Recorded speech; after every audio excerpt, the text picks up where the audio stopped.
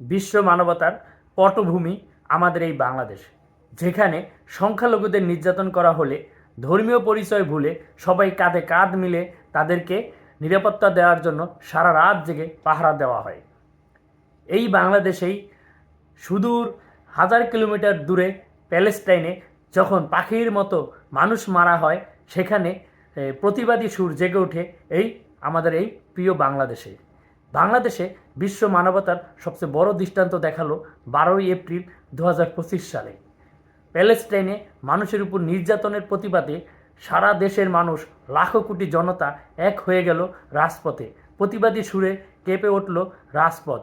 এজন্য অন্য একটা বাংলাদেশে আমরা আছি, যেখানে একে অন্যের জন্য বাঁচি, একে অন্যের সাথে কাঁধে কাঁধ মিলিয়ে চলি। এই বাংলাদেশটাই তো আমরা চাই।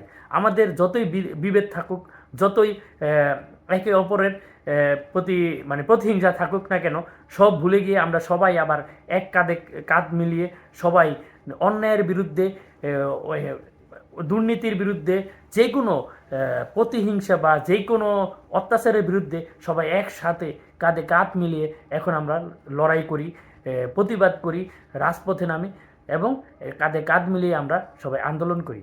এই বাংলাদেশটাই আমরা বহু আগে চাইছিলাম। তো এই বাংলাদেশটা আমরা হয়তো সামনে ধরে রাখতে পারবো ইনশাল্লাহ। এই বাংলাদেশের যে ভ্রাতৃত্ববোধ, সবাই সবার সাথে ধর্মীয় পরিচয় ভুলে সবাই একসাথে মানুষ হয়ে সবাই সবার পাশে থাকবো, এটাই আমরা কামনা করি, এটাই আমরা সবসময় চাই। এই বাংলাদেশটা আমরা সবসময় চাই।